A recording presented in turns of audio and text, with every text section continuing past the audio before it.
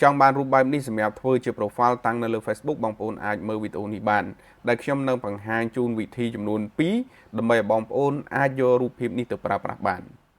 វិធីទី1គឺបងប្អូនមកចូលទៅកាន់ Google Chrome បន្ទាប់មកនៅកន្លែង search នេះបងប្អូនវាយដូចខ្ញុំអញ្ចឹង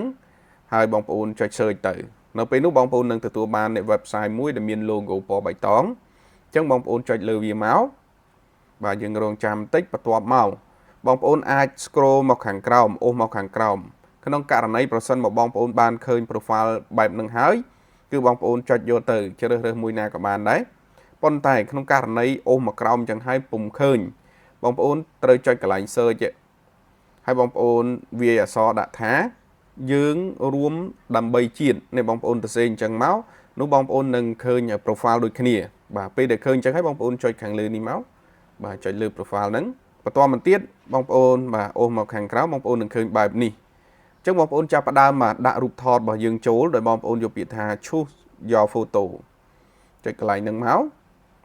ហើយយើងជ្រើសរើសបើវីដេអូបាទជាស្រ័យជ្រើសរើសរូបភាពមួយមកឧទាហរណ៍ឥឡូវខ្ញុំយករូបភាពមួយនេះហើយខ្ញុំចុចដានវាលោតមកបែបនេះឃើញទេបងប្អូនបាទអញ្ចឹងបងប្អូនអូសមកខាងក្រៅហើយបងប្អូនរំកិលរូបរបស់យើងឬក៏បរិយារួមទៅតាម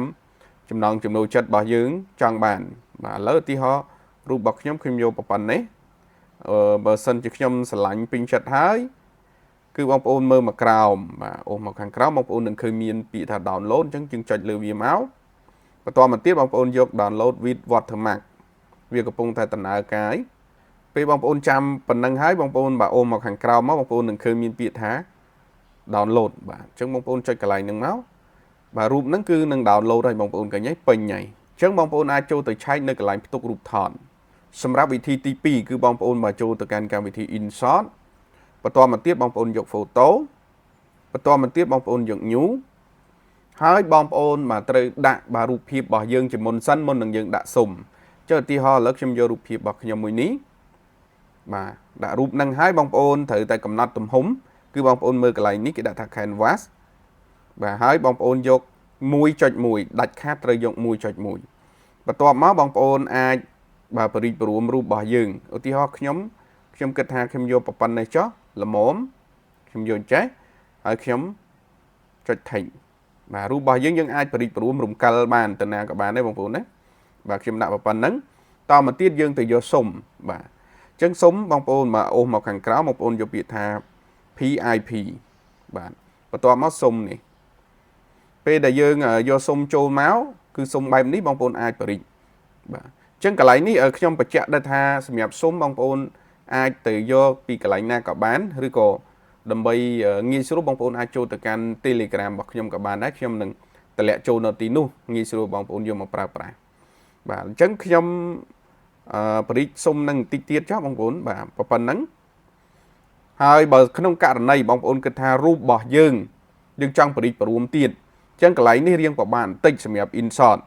បងប្អូនមិនអាចទៅបរិយារួមខាងក្នុងនឹងបានទេអញ្ចឹងបងប្អូន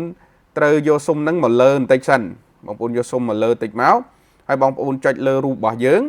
បងប្អូនបរិយារួមមករូបយើងបាទឬក៏រំកិលទៅលើទៅក្រោមទៅតាមអ្វីដែលបងប្អូនត្រូវការបាទឥឡូវខ្ញុំយកប៉ុណ្ណឹងបន្ទាប់ពីប៉ុណ្ណឹងហើយបងប្អូនចុចលើសុំរបស់យើងវិញហើយយើងរំកិលចុះមកវិញមកបងប្អូនឃើញទេបាទអញ្ចឹងធ្វើម៉េចឲ្យវាទៅលើសិនបាទចាំយើងមកបរិយារួមរូបរបស់យើងខាងក្រោយបងប្អូនពេញចិត្តហើយគឺបងប្អូនអាច save បានហើយរូបហ្នឹងបាទអញ្ចឹងបងប្អូនមកចុចពាក្យថា export មកអញ្ចឹងរូបរបស់យើងគឺនឹង save ចូលទៅក្នុងបាទកន្លែងផ្ទុករូបថតហើយបងប្អូនអាចចូលទៅមើលទៅបាទអញ្ចឹងខ្ញុំបង្ហាញបងប្អូនយើងប៉ុណ្្នឹងចុះមានចម្ងល់អីផ្សេងទៀតអាច comment ខាងក្រោមជួបគ្នានៅវីដេអូក្រោយជាបន្តទៀតបាទ